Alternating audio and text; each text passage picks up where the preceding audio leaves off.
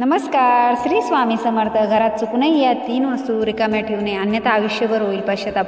वास्तुदोष लागण्यास हे एक कारण आहे. हिंदू धर्मात वास्तुशास्त्राला विशेष महत्त्व देण्यात आले आहे. यामध्ये आपलं आयुष्य अधिक सुखकर करण्यासाठी अनेक उपाय सांगण्यात आले आहेत. जर आपण या वास्तुशास्त्रातील नियमांचं पालन केलं तर रोजच्या आयुष्यात येणाऱ्या अनेक संकटापासून आपण बचाव करू शकतो. वास्तुशास्त्रात घरात अशा कोणत्या गोष्टी आहेत ज्या कधीच रिकाम्या ठेवू नयेत याच्या संबंधातील नियम देखील सांगण्यात आले आहेत. हे उपाय केल्याने घरात वास्तुदोष होणार नाही, तसेच नकारात्मक प्रभावापासून दूर राहाल. हे नियम कोणते ते जाणून घेऊयात. 1. पर्स. वास्तुशास्त्रानुसार तुमची पर्स किंवा पाकिट कधीच रिकामं ठेवू नये, कारण रिकाम्या पाकिटाने पैसा येण्याचा मार्ग अडून राहतो. तुम्हाला आर्थिक समस्यांचा देखील सामना करावा लागू शकतो. पण जर तुमची पर्स किंवा पाकिट पैशाने भरलेलं असेल तर हे आर्थिक समृद्धीचं लक्षण मानलं जातं. त्यामुळे ते कधीच रिकामे ठेवू नये.